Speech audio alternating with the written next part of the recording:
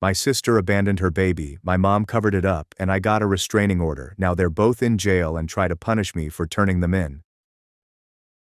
My sister treated me as if I were free childcare, so I showed her how expensive free actually was. When my older sister became pregnant, she thought that I should take a break from my life to care for her child. It didn't matter if it was a holiday or my own wedding. Being her babysitter came first, and I needed to grasp that.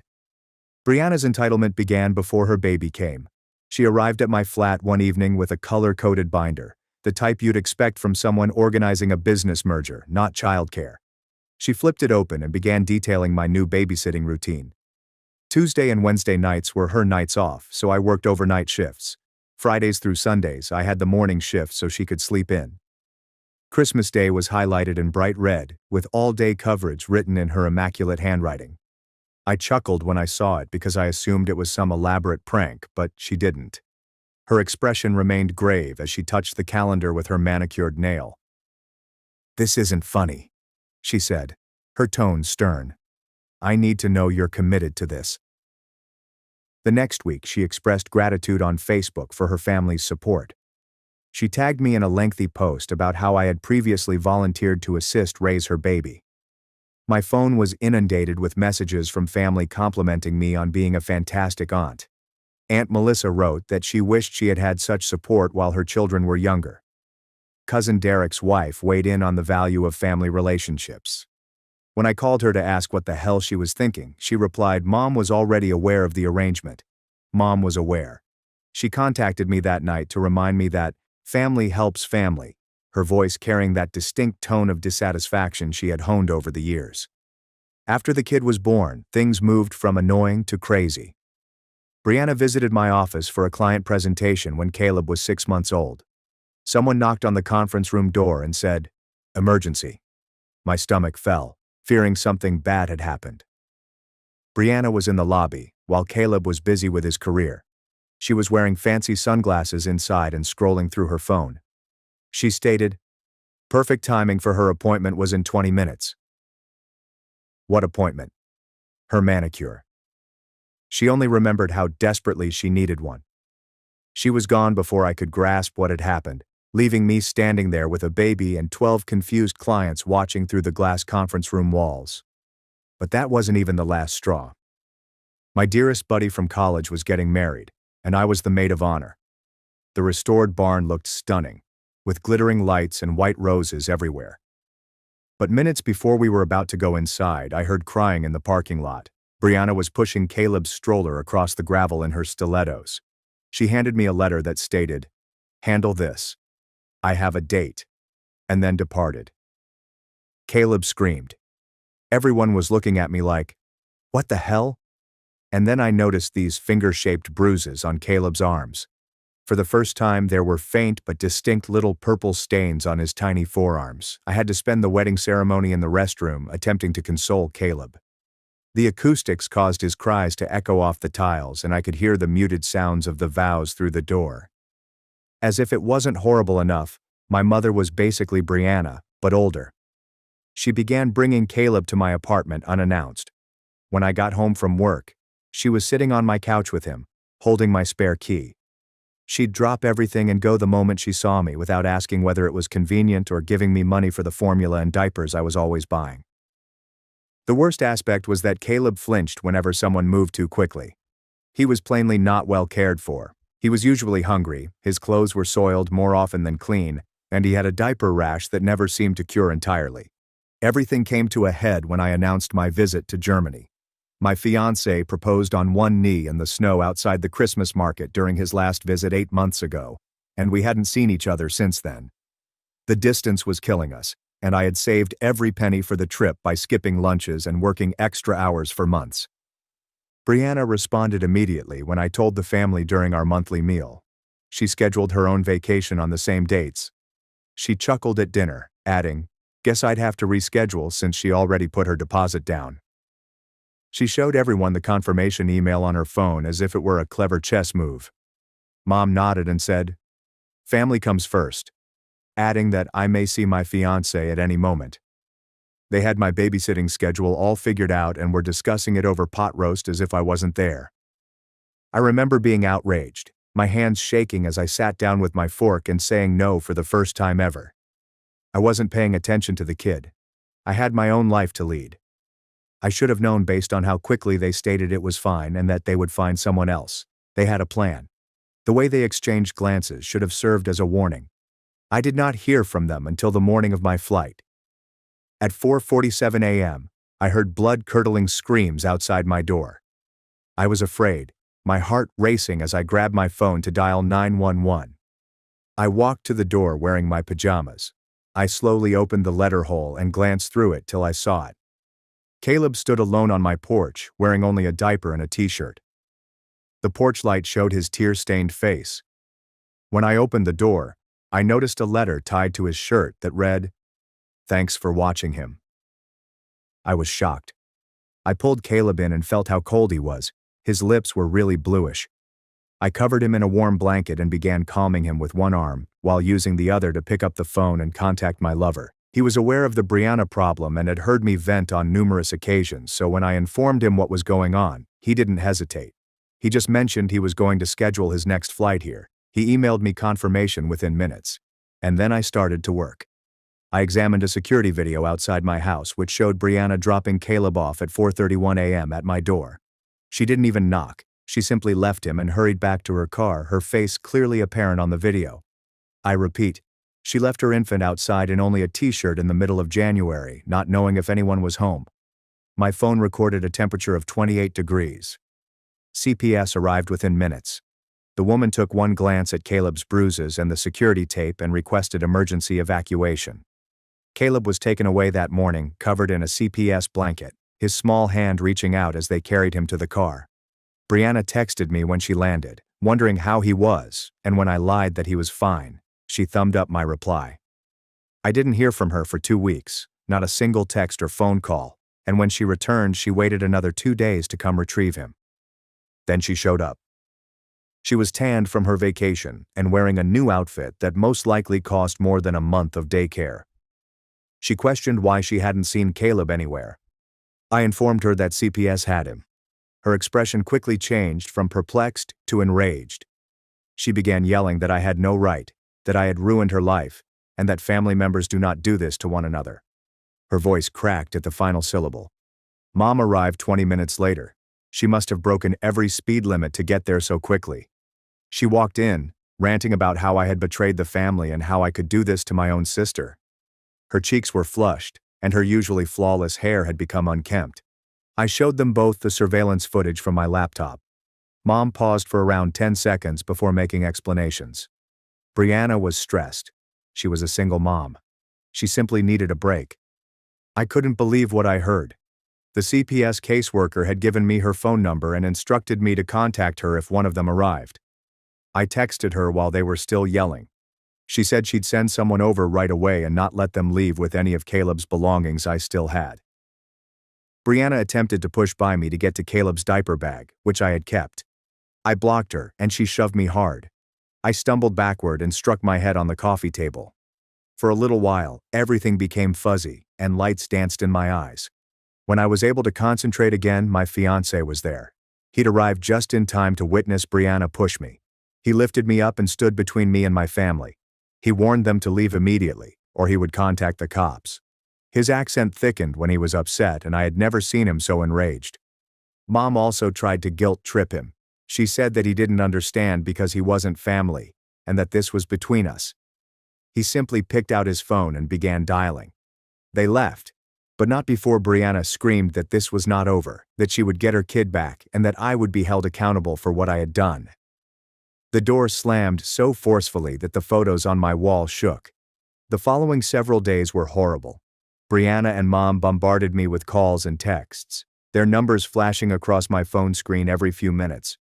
When I eventually banned their numbers after the 100th call, they began using other people's phones.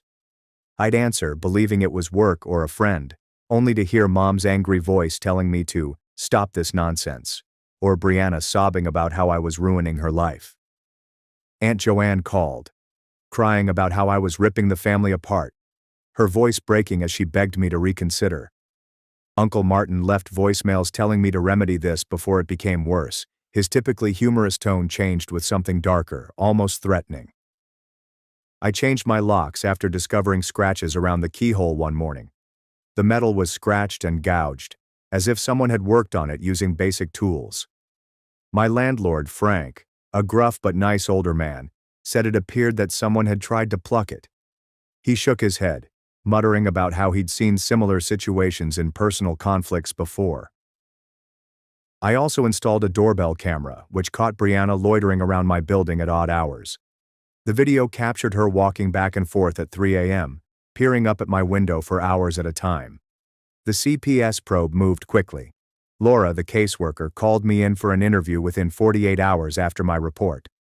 She was a middle-aged woman with sympathetic eyes and a no-nonsense approach, dressed in a plain gray suit and sensible shoes. She inquired about everything I'd seen, taking notes on a yellow legal pad with precision. I told her about the bruises I'd noticed on Caleb's arms, precise finger-shaped marks that turned my stomach. I recounted the neglect. Caleb was always hungry and unclean, with his diaper sagging and remaining unchanged for hours. She nodded as if she'd heard it all before, occasionally asking clarifying questions in a gentle yet authoritative tone. Brianna had to complete parenting classes and allow home visits. The court's mandate was clear and unambiguous. She contacted me using a friend's phone, stating I had ruined her life and she needed to cancel her gym membership to fund the classes, which was designed to make me feel bad. She went on about how her Pilates instructor would be disappointed and how she'd lose her progress, as if her fitness routine was more important than her son's well-being. My fiancé extended his stay without hesitation. He worked remotely from my flat, creating a makeshift office at my dining table. He'd prepare coffee as I dealt with the family drama, and the aroma of fresh grinds became somehow comforting in the midst of the mayhem. We'd been planning this romantic reunion for months with restaurant reservations and weekend trips, everything long-distance couples dream of. Instead, he was assisting me with documenting harassment by collecting screenshots and putting evidence into neatly labeled folders on my laptop. Laura called me 2 weeks after CPS had taken Caleb. Her voice was professional, but I could hear the weight behind it. Brianna had failed her drug test, Laura explained. It explained a lot about her unpredictable behavior, mood swings, and paranoia. They were placing Caleb with a foster family while the investigation was ongoing. She told me that it was a good family with expertise caring for traumatized youngsters. That's when things became heated. I returned home from work to discover my apartment door wide open, with hallway lights flooding into my darkened living room. My heart pounded as I pulled the door wider, preparing to call 911. Nothing was stolen, but everything was shifted slightly, with photos turned backwards to hide the faces, couch cushions flipped to reveal the worn undersides, and kitchen drawers left open just enough to be obvious. Even my books were rearranged with the spines facing inward. The message was clear. They could enter whenever they pleased. I phoned the cops, but without proof of who did it. They simply filed a complaint. The officer, who was just somewhat older than me, suggested that I remain somewhere else for a bit. He glanced around my violated environment sympathetically but claimed they couldn't do anything without cameras or witnesses. My fiancé reserved a great downtown hotel for us that night, complete with sufficient security and elevator keycard access. Mom showed up at my office the following day. Security called and said my mother was there for a family emergency. I knew that was a lie, but I went down nonetheless, my stomach tightening with every step. She stood in the lobby looking weary, with little makeup to conceal the dark circles under her eyes, her hair unwashed and tied back in a sloppy bun. She had aged years in just a few weeks. She asked me to retract my statements to CPS. Her voice trembled as she stated that Brianna was suicidal and that I was killing my sister.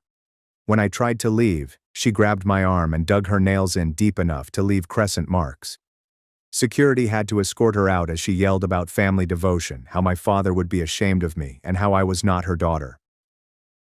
My coworkers tried not to stare as I returned to my desk, shivering.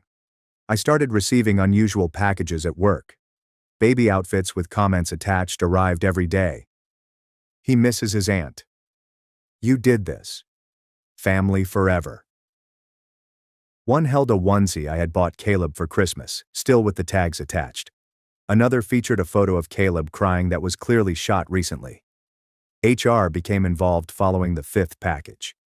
They boosted security and walked me to my car every night, with the security guy making small conversation to lessen the awkwardness. Brianna's ex-boyfriend reached out via Facebook. His statement was lengthy and frantic, outlining how he had been attempting to obtain custody of Caleb for months, but Brianna had always convinced judges that he was unstable. He had records of her drug use dating back to her pregnancy. He'd been putting together a case but needed witnesses who would actually testify against her. We met in a crowded downtown coffee cafe with several witnesses. He appeared fatigued but resolute, dressed in a crumpled button-down that indicated he had just arrived from work. He produced a folder full of evidence, including text exchanges in which Brianna admitted to using while pregnant and joked about Caleb being a chill baby. He also brought photos of Caleb's injuries, each dated and marked. Caleb was taken in for falling off the changing table 3 times according to hospital records. Same reason, 3 different hospitals. He claimed Brianna had been using Caleb to pay for child support, government assistance, and family handouts. She collected everything. She'd spent her father's estate in less than 2 years and needed money for her lifestyle, which included fashionable bags, lavish dinners, and weekend vacations to Las Vegas. Caleb was simply an additional source of income. The man's hands shook as he showed me bank statements demonstrating that he had never missed a child support payment, despite Brianna's claims that he was a deadbeat. I provided him with Laura's contact data. He thanked me with tears in his eyes, stating that all he wanted was his son's safety. He showed me videos on his phone of his flat, where a nursery was already set up and toys and books were waiting. I believed him. This was a parent who wanted his child, not a bitter ex seeking vengeance. That night, Brianna arrived at the motel. I'm not sure how she found us. We had been so careful. She had high eyes that were so dilated that the blue was barely a thin ring, and she spoke quickly and incoherently. She hammered on our door, yelling about family treachery and what I owed her. She talked about changing my diapers when I was a newborn, and how she had kept me safe from bullies at school. Other guests complained and hotel security removed her, but not before she kicked the door hard enough to cause a dent. My fiancé has had enough. His generally cool demeanor snapped as he called his lawyer in Germany, who recommended a local. The next morning, we filed restraining orders against Brianna and her mother. Patricia, the lawyer, stated that we had enough proof in the form of security footage, text messages, and witness statements. She had seen similar scenarios before. Families torn apart by addiction and enabling. The court date arrived soon. Brianna arrived looking like a different person, professionally dressed in a navy suit I'd never seen before, with her hair in an elegant updo and flawless makeup. She had hired a lawyer who said I was bitter and jealous of her parenting. Mom testified that I had always been difficult and defiant, portraying me as an unstable troublemaker who had despised Brianna since childhood. I showed the security footage of Caleb being abandoned. The judge's expression altered entirely, her jaw tightening as she saw the baby abandoned in the frigid weather. Then I displayed the harassment texts, going through messages of threats and manipulation. The images of my apartment break-in caused her to lean closer and examine each violated space. Human Resources thoroughly documents each of the work bundles. My fiancé testified that he witnessed Brianna assault me, his accent heavy with emotion as he recalled her aggression. Brianna's counsel attempted to argue that the situation was blown out of proportion due to familial miscommunication. He offered counseling, mediation, and anything other than legal interference. The judge was not buying it. She granted both restraining orders promptly. Brianna had to stay 500 feet away from me, my house, and my business. Mom faced the same restrictions. The judge's tone was harsh, warning them that any disobedience would result in instant arrest.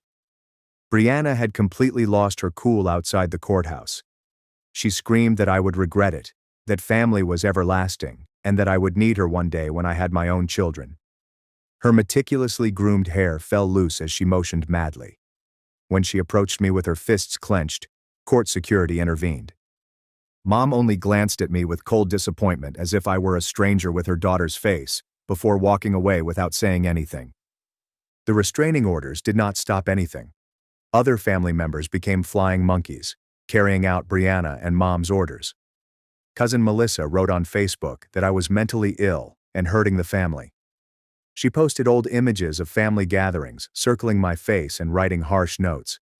Aunt Karen published articles about bogus CPS reports that ruined the lives of innocent women, tagging me in each one. I became obsessed with documenting everything. Every post received a screenshot and was saved. Every text from random numbers is recorded. Each time I spotted one of these near my building, I recorded the time and date. My laptop is loaded with evidence folders. My lawyer advised me to prepare a case for extended protection. The judges appreciated detailed documentation. Caleb's father was placed in emergency custody once the drug test results were released. He emailed me a snapshot of Caleb in his new room, looking clean and well-fed. The baby was genuinely smiling and wearing new clothes that fit properly. He reported the boy was sleeping better at night without crying and was no longer flinching when adults moved too fast. It was the first positive news in weeks, and I sobbed at my desk, relief coursing through me. Brianna broke the restraining order 2 weeks later. I was grocery shopping, lost in thought and comparing spaghetti sauces, when she emerged in the cereal aisle. She appeared to have lost a lot of weight, causing her garments to hang loose, and her fancy trousers were held up by a belt pierced to the last notch. Her face was harsh, with strong cheekbones beneath pale skin. She began following me, remaining just far enough away to claim coincidence and appearing to shop while keeping me in view. I dialed 911 from the produce department, my hands shaking as I pretended to inspect apples. She must have known because she departed before they arrived, leaving behind a half-full cart of frozen foods. But the business has cameras. The video clearly shows her following me for 15 minutes across various aisles, including doubling back when I changed directions. That was violation number 1. Mom was smarter. She delegated her dirty labor, officially according to the terms of the restraining order. My father's sister, who had remained impartial throughout the drama, now began calling for reconciliation. She said Mom was upset, that I needed to be the bigger person, and that family came before being right. I recorded the calls based on my lawyer's recommendation. Patricia stated that the pattern of harassing via proxies could be useful later. Work became my safe haven. My manager, Tina, was aware of the issue and allowed me to work from home as needed. She'd check in every day, delivering more than simply professional courtesy. My coworkers created a protective barrier, screening my calls and visitors. Marcus, the receptionist and former bouncer, became an expert at recognizing family members attempting to enter. He kept a photo roster of persons to turn away on his desk. My fiancé needed to return to Germany for work. We both cried in the airport parking lot before he left. He promised to return soon and begin the visa procedure so that we could be together permanently. He had already begun learning about American immigration law, bookmarked lawyers and filing criteria. I watched his plane take off, feeling entirely alone, the weight of everything collapsing without his constant presence. That night I received a message under my door that read, "You can't hide forever." There was no signature, but I knew Brianna's handwriting from birthday cards throughout the years. The doorbell camera has not caught anyone. They were growing better at avoiding detection, studying the camera's blind areas. I called Laura to get an update on Caleb. She claimed he was thriving with his father. The guy had enrolled him in daycare, where he was learning how to interact with other children. He had arranged for medical care to remedy neglected vitamin deficiencies, dental work, and even trauma therapy. The foster family who had briefly housed him had written a glowing report on the father's dedication. During visits, they hadn't seen a parent work so hard to prepare for custody. The ultimate custody hearing is slated early next month. Laura stated that my testimony would be vital. Brianna was fighting it, claiming the father was abusive despite lack of evidence. The substance test was incorrect, although being confirmed twice that everyone was plotting against her typical deflection. She had hired a new lawyer, one known for taking on difficult cases, and he was most likely the only one who would still deal with her. After discovering that my discussions were being repeated in family gossip, I contacted a security company to search my residence for bugs. Things I'd only uttered in my living room were being repeated to me by flying monkey relatives. They discovered 2 recording devices, one in my living room lamp and the other in my bedroom smoke alarm. Professional-grade equipment, not cheap junk from a spy store. The police put it to my file but stated that verifying who planted them was nearly impossible without fingerprints or purchase records. Sleep became tough. Every noise made me jump, from a neighbor's door closing to a car backing up. Even the hum of my refrigerator seemed ominous. I check the lock several times, constantly reload the camera feeds, and patrol my little flat with a baseball bat. My doctor prescribed anxiety medication after I acknowledged being awake for 3 days straight and that the stress was impacting my health. I had lost 15 pounds without trying, and my clothing was as loose as Brianna's. Then followed violation number 2. I was heading to my car after work, keys between my fingers like I'd learned in self-defense training, when Brianna appeared from behind a van. Despite the bright lights of the parking garage, her pupils widened and her motions were choppy and unpredictable. She grabbed my arm before I could respond and spun me around with unexpected force. She yelled at me, telling me that I needed to repair this, that Caleb needed his mother, and that the family was splitting apart due to my selfishness. Her grip was painful and desperate, with her nails ripping through my jacket. I screamed for aid and she let off and ran to a waiting car. Mom was driving, her face determined as she pulled out of the garage. This time, the cops took the situation seriously. 2 offenses resulted in probable jail time. Brianna was arrested that night at Mom's house. The body camera footage then showed Brianna attempting to flush something down the toilet while Mom argued with authorities about warrants. Mom was prosecuted as an accomplice because she drove the getaway car. According to the local criminal blog, the mugshots show Brianna appearing strung up and defeated, while Mom appears disappointed in the camera. Family members went nuclear. My phone rang continually until I changed my number, and the incessant buzzing caused me anxiety attacks. They made false social media accounts to message me, each with a slightly different variant of my name. Uncle Martin even showed up at my workplace, red-faced and ranting, before security turned him away. Marcus later told me that he had threatened to wait in the parking lot, but a call to the police had deterred him. The family rallies around Brianna and Mom, portraying me as the villain who ruined everything. My lawyer requested more protection orders and criminal charges. The prosecutor, a young woman who had dealt with similar cases, stated that based on the video evidence and witnesses, conviction was likely. Brianna may face up to a year in jail for breaking the restraining order twice. Mom faced a 6-month sentence as an accomplice. Patricia emphasized that judges were taking these crimes more seriously now, particularly given the evident history of escalation. I switched apartments without informing anyone in the family. Only my fiancé, boss, and lawyer knew the new address. I hired movers who specialize in covert relocations for domestic violence survivors. They moved me out at 3 a.m. To escape detection, use unmarked trucks and alternate routes to confuse any possible follows. They even developed tactics for losing tails, which involved continuously checking mirrors. The new location offered improved security. The doorman building required guests to be announced. Cameras are everywhere, including in the elevators. Access via key fob, including entrance and exit tracking. After I described my condition, the doorman, an ex-military named Victor, took it seriously. I finally felt able to breathe. My fiancé and I decorated over video conversations, making it feel like home rather than a hideout. We picked out drapes together, with him holding up possibilities for his laptop camera from a Berlin store. Caleb's custody hearing began on a dreary Thursday morning. I donned my finest suit, which I had bought for job interviews, and it was properly ironed. I had worked with my lawyer to write my statement and practiced saying it until I could do so without sobbing. The courtroom was filled with Brianna's family members. They scowled at me as I approached the witness stand, some whispering under their breath. I ignored them and focused on the judge, an elderly woman with steel-gray hair and knowing eyes. I testified about everything, the abandonment on that cold night, revealing how Caleb's lips had turned blue. I captured the bruising with images that made some people in the gallery grimace. Neglect caused him to become underweight and fall behind on developmental milestones. Brianna's substance use was so obvious that she could no longer disguise it. I presented written screenshots of texts that she admitted to using while pregnant. Photos of Caleb's injuries were released by his father. The security footage on a USB drive showed her leaving him alone several times. Brianna's lawyer attempted to undermine me by claiming I was jealous of my sister's life. However, the facts spoke for itself. Caleb's father spoke next. He produced medical records that showed Caleb's improvement in just a few weeks, including weight increase, bruising healing, and improved motor abilities. Daycare reflects on his development, how he transitioned from a withdrawn baby to one who played with others.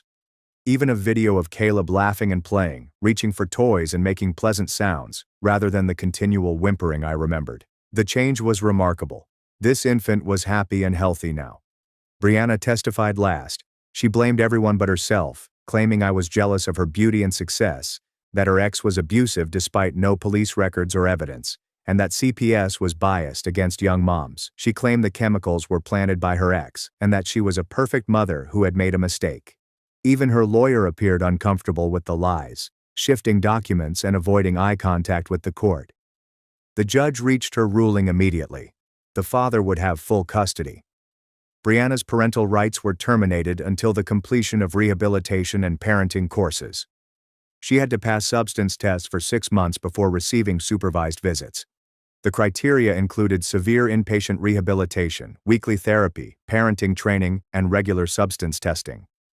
The judge's voice was stern as she stressed that Caleb's safety was her sole focus. Brianna fell in court.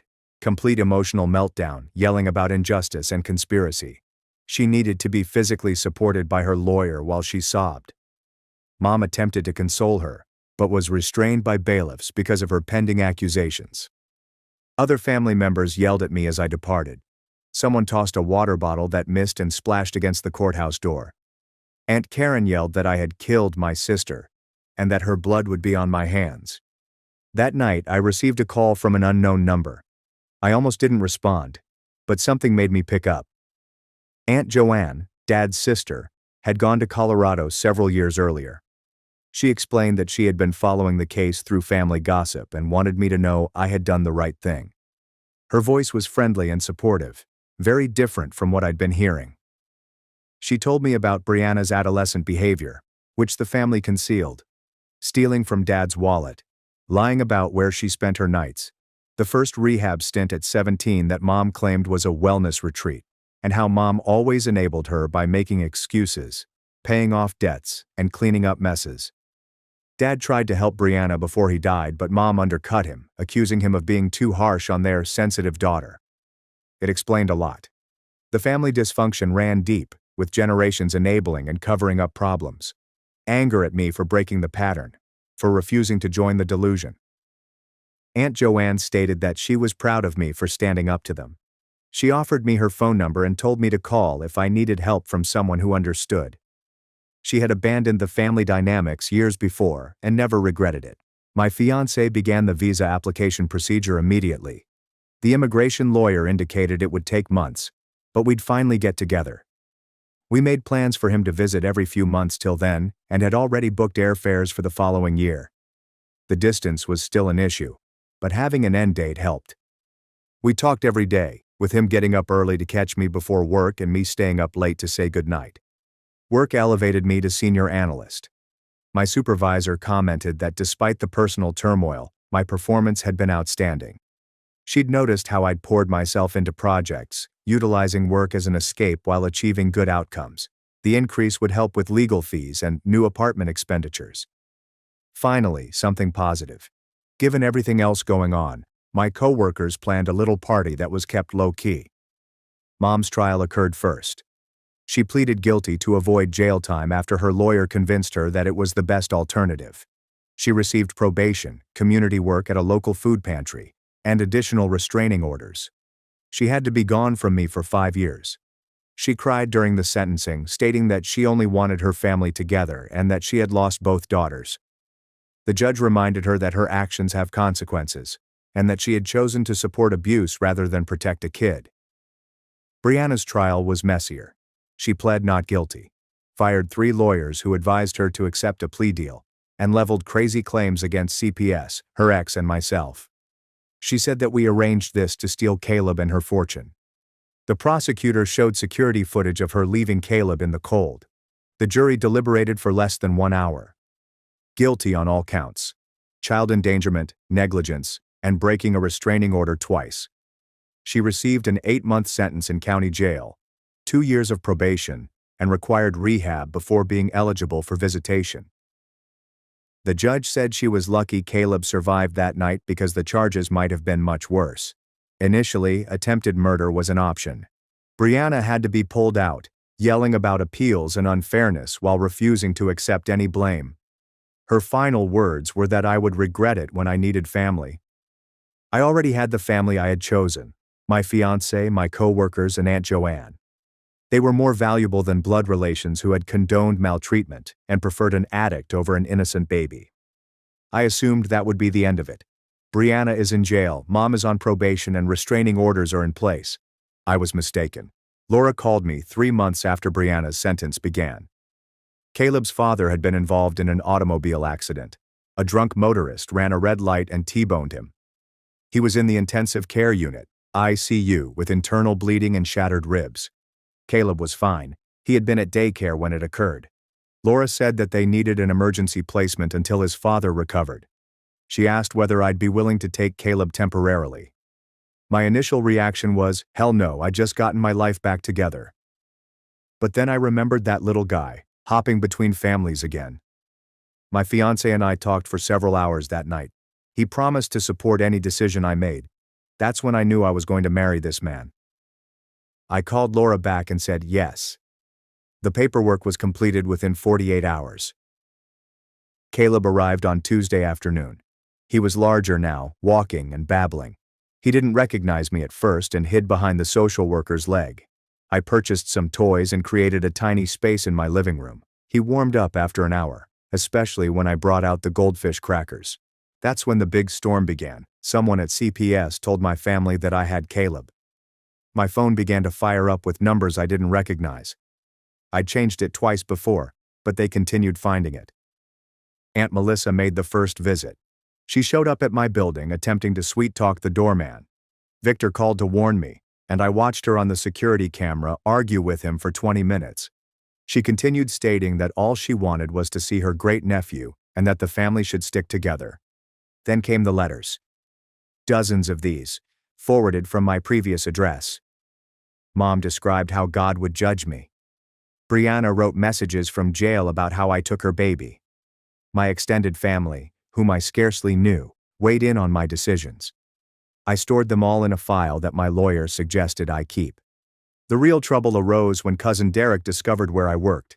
He began contacting the main line, pretending to be a client. Tina had to modify our phone system to properly screen callers. He left voicemails about family loyalty and how I was raising Caleb incorrectly. 2 weeks into the placement, I was in the park with Caleb when I noticed a woman watching us. She pretended to read a book, but her gaze followed our every move. When I packed to leave, she followed us. I ducked into a busy store and dialed 911. It turned out to be Mom's acquaintance from church. She said that Mom requested her to check on Caleb since she couldn't. The police warned her about stalking. Mom claimed she wasn't aware it was illegal because her buddy wasn't legally breaching the restraining order. My lawyer filed harassment accusations. The judge was not amused by Mom's technicality argument. She expanded the restraining order to cover third-party interaction. Any flying monkeys would have to face their own charges today. Caleb's dad was released from the hospital after 3 weeks. He was in bad shape, wheelchair-bound, and couldn't move anything heavier than 10 pounds. His apartment was a third-floor walk-up, so he couldn't care for Caleb just yet. We set up a schedule. Caleb stayed with me throughout the week, and his father's parents took care of him on the weekends. They were decent folks, distraught that their son had nearly died, but happy that I had stepped up. His mother taught me Caleb's favorite tunes, and his father showed me how Caleb preferred his bottles. That's when Brianna's early release hearing came up. Even when you screamed at guards on a daily basis, good behavior seemed to matter. Her lawyer claimed she had taken anger management and parenting classes in jail. The prosecutor called me as a witness. I provided images of Caleb thriving, weight charts demonstrating his progress, milestone accomplishments, and videos of him laughing and playing. Then I presented the harassment from jail letters she'd sent through other convicts, as well as recordings of her threatening phone calls to me. The judge denied early release. Brianna lost in court yet again. She yelled that I had stolen her life and was likely poisoning Caleb against her. The bailiffs hauled her out, and she shrieked about killing me when she got out. Her lawyer actually resigned in the middle of the court, citing that he could no longer represent her due to the threats. That warning resulted in another 6 months of terrorist threats, they said. Mom attempted to visit her but was sent away. Brianna had lost her visitation privileges after instigating a fight with another inmate. Meanwhile, Caleb was doing well. He began speaking in complete sentences rather than babbling. When he spotted Victor's German Shepherd, his first words were clear. Dog. He'd toddle around my flat, exploring everything and sneaking into cabinets despite the baby locks. His father improved gradually. Physical treatment 3 times per week, learning to walk again. Every night he would video call Caleb and read him bedtime stories. The dedication was outstanding. This man fought through discomfort just to keep his routine. 4 months into the placement, while grocery shopping with Caleb, I ran into Emma, a high school buddy. When she looked at Caleb in the trolley, her face turned white. It turned out she was Brianna's buddy as well, and she had cut her off when her substance abuse became too severe. Emma told me things I didn't know about Brianna's addiction, how she brought Caleb to drug abuse facilities, and how Emma discovered she passed out with Caleb sobbing in a filthy diaper for hours. She phoned CPS months before I did. She offered me her phone number and said she'd testify if necessary, adding that she had images and texts proving Brianna was unfit long before I became involved. The remorse she felt for not pressing more was obvious in her eyes. Uncle Martin attempted one more time to intervene. He arrived at Caleb's daycare, claiming to be picking him up for a family emergency. The daycare called me right away after I informed them about probable efforts. He was arrested for attempted kidnapping. That arrest split the family. Some eventually recognized they had gone too far. Aunt Joanne told me that other cousins contacted her to express their misgivings about Brianna's account of events. The mugshot of Uncle Martin in handcuffs served as a wake-up call. However, the ardent supporters remained steadfast. They started a Facebook page called Justice for Brianna, where they showed old family photos and accused me of being evil. They raised money to cover her commissary account and legal bills. Somebody even made t-shirts. I documented everything, including every post, threat, and attempted contact. My lawyer suggested we had enough to file a civil lawsuit, but all I wanted was for them to stop. The criminal cases were exhausting enough. After 6 months, Caleb's father was eventually granted permission to take him back. He'd relocated to a ground-floor apartment, changed everything for safety, and even hired a part-time babysitter to assist with his remaining recovery. The change was bittersweet. I'd grown close to the little boy, his laugh, the way he cuddled into me at nap time, and the way he learnt to utter my name. But witnessing him run to his father with sheer excitement was worth everything. This is where he belonged. The final custody hearing occurred 8 months after everything began. Brianna appeared via video link from jail, dressed in orange instead of her regular fancy clothes. She had lost more weight, and her face was haggard and angry. She still desired complete custody. The judge considered everything, including my testimony, the father's rehabilitation and preparation, Emma's evidence of previous mistreatment, the harassment campaign, and the attempted kidnapping. Caleb's grandma also testified about finding narcotics in Brianna's diaper bag during a visit. Brianna's rights have been permanently terminated. There will be no visiting until Caleb reaches the age of 18, and only if he chooses to. She yelled so loudly that her video feed was shut off.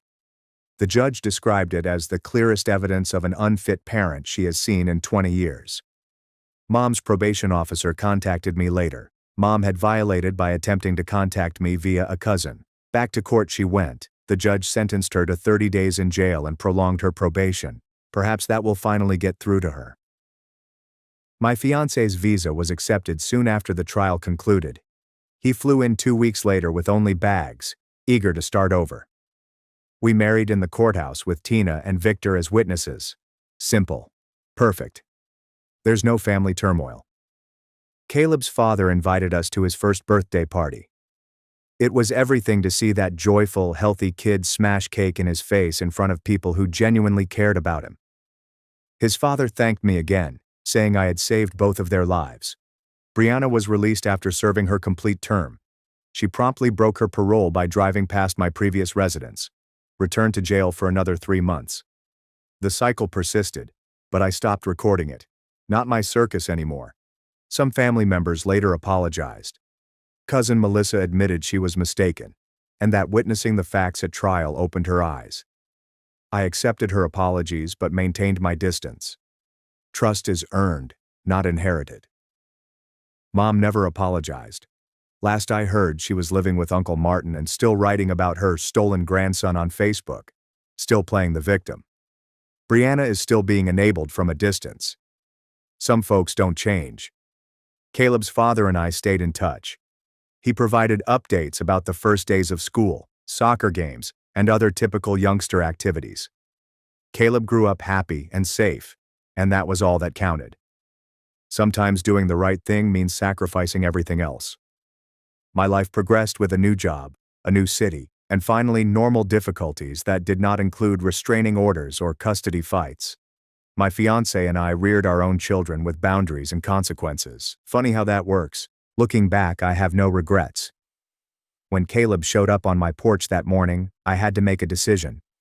Families defended one another, but it meant shielding the vulnerable from their abusers, not encouraging the abuse. Caleb deserved more, and I made certain he received it.